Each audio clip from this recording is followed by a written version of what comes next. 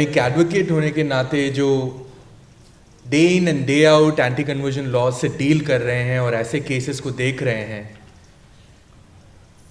I think it's very easy. Like if I have to sum it up, if I have to just say in a nutshell what I see and what is my perception, or the team that I work with, our perception of the anti-conversion laws, the way they are in play on the ground in the country, is that they are an anathema to the Constitution. They cannot coexist. हमारे संवैधानिक मूल्यों, उसकी ईथॉस, उसके values, उसके morality के साथ ये धर्म स्वतंत्रता अधिनियम, जो लव जिहाद लॉ है, कई नामों से, कई यूफेमिस्टिकली, कई तरीकों से उसको जाना जाता है, दे कैन नॉट को एग्जिस्ट.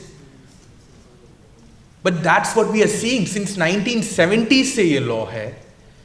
लेकिन जिस तरीके से उसको वेपनाइज किया गया, जिस तरीके से उसको इस्तेमाल किया गया in the last 3 to 4 years, it's unbelievable. They call the freedom of religion acts. कुछ जगहों पे उसे right to freedom of religion act बोला जाता है. बट सबसे इंपॉर्टेंट क्वेश्चन, जब मैं इसके बारे में रिफ्लेक्ट करता हूं तो मैं सोचता हूं कि ये किसके राइट को प्रोटेक्ट करता है.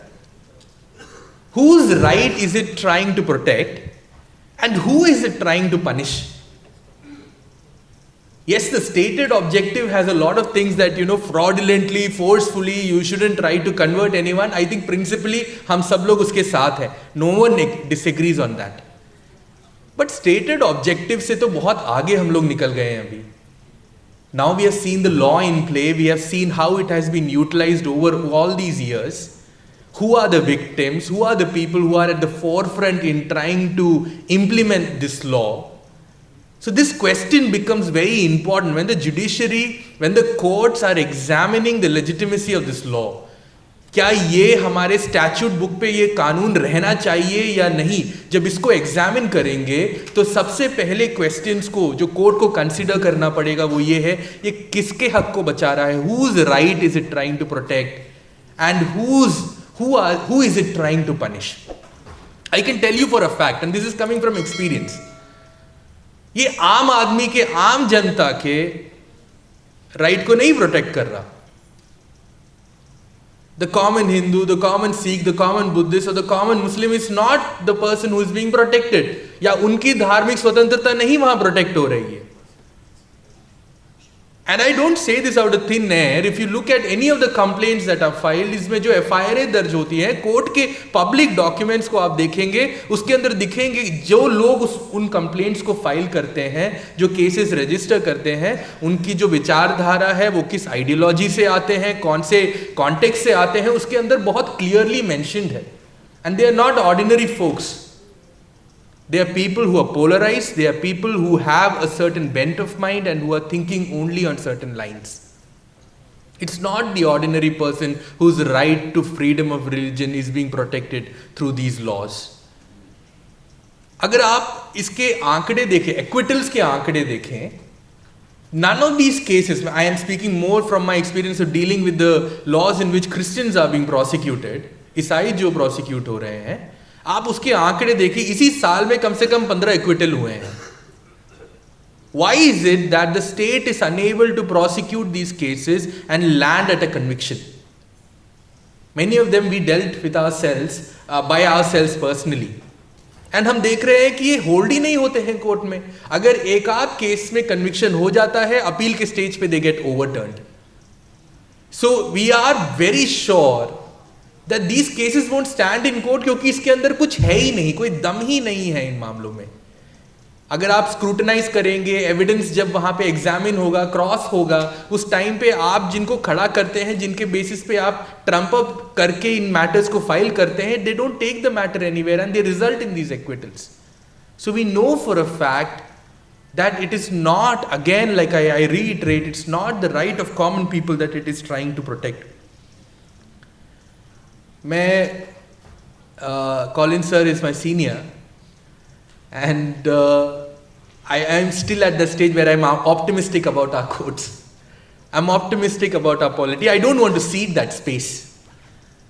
I know the systems are failing, but I don't want to cede that space. I think here we are as a collective group, as people who can think, not just to cry or not just to mourn about the situation that is not too good. I think किसी को उसके लिए context देने की ज़रूरत नहीं है. Everybody knows about it. But we are here to think what can we do about it. And I think as a lawyer, the courtroom, the space around the court is the space that I need to advocate at, or I need to be fighting at.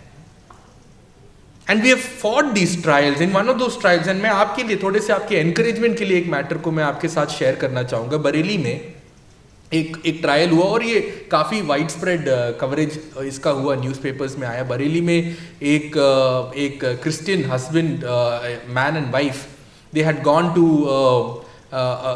The house of a person to pray. And वहाँ पे वो दुआ कर रहे थे और उस time पे वहाँ पे कुछ ग्रुप्स आ गए और बोला कि यहाँ धर्मांतरण हो रहा है. उनके साथ थोड़ी बदसलूकी की और उनको लेके गए, उन पे केस दर्ज कर दिया. They went to jail, the man went to jail, the wife was let of.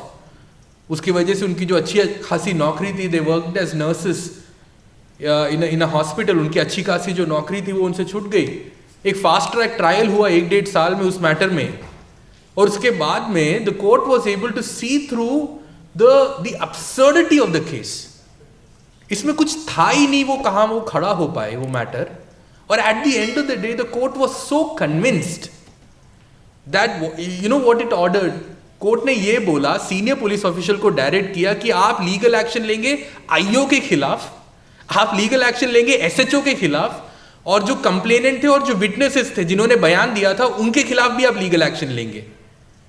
और अक्यूज जो थे, जो विक्टिम्स थे इस मामले में, जो क्रिश्चियंस थे, उनको ये बोला कि आप चाहिए तो डेफेमेशन का मुद्दा भी डाल सकते हैं, मुकदमा भी डाल सकते हैं इनके खिलाफ. So our courts can do and act and protect those rights which are, जो हमारे संविधानिक अधिकारों में आते हैं. और जो कानून कई बार ये जो लॉज हैं जो उसके एंटीथेटिकली जो उसके पोजिशन है, उसके खिलाफ courts can really take a stand. And it is very important that we assert our rights. It is very important that at each juncture in systems, even though the systems may be collapsing, at each juncture we are able to use those rights really well. I come back to the question again, whose right is it trying to protect? हमने ये देखा है जब भी ये कानून आते हैं उस टाइम पे उसके आसपास बहुत स्ट्रांग एडवोकेसी होती है. वो असेंबली में हो सकती है जहाँ पे ये इंट्रोड्यूस किया जाता है, नहीं तो ये पॉलिटिकल प्लेटफॉर्म्स पे होता है कि हम धर्मांतरण का कानून लाएंगे, ऐसे ऐसे चीजें करेंगे. आई वाज शॉक्ड, दिल्ली में उत्तराखंड गवर्नमेंट के प्रमोशनल एक्टिविटीज के पार्ट में, I don't know, Saket mall के सामने तो मैंने देखा था और कहाँ था ये पता नहीं, वहाँ पे ऐसा एक बहुत बड़ा बैनर था और वहाँ पे ये लिखा था, what are the achievements of the government, that we brought the anti conversion law in Uttarakhand. हम धर्मांतरण का कानून लेकर आए हैं. Our understanding of what is good or what is beneficial for the people, or what does good governance mean, or how should a government should be measured and understood, वो भी change हो रहा है. And it was there for everyone to see. And because I used to work on those laws and मैं देख रहा हूँ कि किस तरीके से वो misapply हो रहा है या misuse हो रहा है, every time I read it, I did not see an achievement. I saw a government failing its people. I saw the courts failing its people. Whose right is it trying to protect and who is it trying to punish? पिछले एक साल में हम लोग कितने जिन मुकदमों में हम लोग इन्वॉल्व थे, क्लोज टू 600 ईसाई जेल में गए हैं इस कानून के अंदर. मैं सिर्फ ईसाइयों का आंकड़ा आपको बता सकता हूँ क्योंकि मैं उन मैटरों में डील करता हूँ. क्लोज टू 600, उसमें से 450 जुडिशियल कस्टडी में गए हैं. 150 के आसपास जो हैं वो डिटेन्ड होते हैं, थोड़े टाइम के बाद उनको छोड़ दिया जाता है, बट इसी कानून के नाम से उनको लाया जाता है वहाँ पे. दीज आर इंडिविजुअल्स, इसमें महिलाएं हैं, इसमें बच्चे भी हैं. कई ऐसे लोग थे जिनके पास उनको अपने बच्चों को सौंप के जाने के लिए कोई जगह नहीं थी, कोई घर नहीं था, तो वो बच्चों को लेके जेल गए. बच्चे भी रह के आए 1.5 महीना, क्योंकि वो ईसाई हैं और वो एलिजिडली फोर्सफुल धर्मांतरण में इन्वॉल्व है. Who is it trying to punish? For whose benefit? For whose freedom of religion are these laws there? इस कानून का ना एक बहुत चिलिंग इफेक्ट है. जहाँ जहाँ ये 12 स्टेट्स में किसी ने मेंशन किया 12 स्टेट्स में एक कानून है, कुछ जगहों पे एक्टिवली जो भी पार्टी वहाँ पे जो कैंपेनिंग करती है उनके मैनिफेस्टोज का पार्ट है कि हम लोग इस कानून को अपने राज्यों में लाना चाहते हैं, तो वो वहाँ पे कहते हैं कि इस कानून को हम लोग लाएंगे। ये कानून हो ना हो, अगर उसके अंदर आप मुकदमा में आप लाए जाते हैं, नहीं लाए जाते हैं, तब भी इसका एक चिलिंग इफेक्ट पड़ता है। यस सर, इसका एक चिलिंग इफेक्ट पड़ता है। I know for a fact that many churches, places of worship in Uttar Pradesh, in many parts of the country have shut down, क्योंकि उनको डर है, उनको नहीं पता इस संडे अगर हम लोग चर्च खोलेंगे तो कौन वहां पे आएगा। लोगों को प्रार्थना करने में डर हो रहा है। For a land of faith, आस्था जहां पे बहुत ऊंचा रखा जाता है, जहां पे हमारे विश्वास, हमारा धर्म, ऐसे मूल्य जो बहुत ऊंचे स्थान पे हम लोग रखते हैं, ऐसे देश में लोगों को अपने प्रभु पे, अपने परमेश्वर का नाम लेकर प्रेयर करने में, प्रार्थना करने में उनको डर लग रहा है हमारे देश में। That is the kind of environment that we are in. But then we are also in an environment where I see यही लोग strongly इन कानूनों के खिलाफ खड़े होते हुए भी। Maybe I'll just close with that. मैं जानता हूँ एक पास्टर हैं, वो 8 महीने इस कानून में जेल में थे। वो ऐसी संडे को एक चर्च चला रहे थे, लीड कर रहे थे, और उस टाइम पे एक मॉब आती है, पुलिस भी उनके साथ में थी। आने के बाद में उनको जनरल मोडस ऑपरेंडी ये होता है, सवाल करने से पहले 4 थप्पड़ मारते हैं। इनको भी ऐसा ही किया, मारा। उसके बाद में उनको बोला कि हम इसके अंदर आपको बुक कर रहे हैं, और उसके बाद उनको लेके चले गए। 8 महीने तक उनको जमानत नहीं मिली, लोअर कोर्ट ने नहीं दिया। कई बार लोअर कोर्ट टच नहीं करते हैं ऐसे मैटर को, वो पास कर देते हैं कि हायर कोर्ट डिसाइड करेगा, and it's passed on to the high court. That person was in jail for 8 months under a very absurd allegation. उसके बाद हमारा उनसे मिलना हुआ, तो हमने पूछा कि आपने कैसे मैनेज किया। आप वेरी एविडेंटली सो, कभी भी उन्होंने थाना एक देखा नहीं था, एक पुलिस वाले को, शायद वर्दी वाले को दूर से देखा होगा, उसके अलावा कभी डायरेक्टली डील नहीं किया होगा।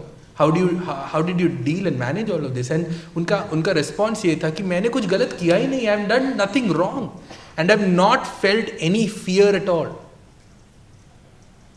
जस्ट टू एको जो हम लोग यहाँ सुन रहे थे, I think we need to have that spirit where there is an absence of fear. It is our democracy. These are our courts. These are our systems, which we should not be willing to cede. And at every point of a violation, everything within our power, we should be able to do so that we are trying to take some step towards addressing it. And keep doing that consistently, time and again, in our capacities, in the roles that we are all in. Thank you everyone for a patient hearing.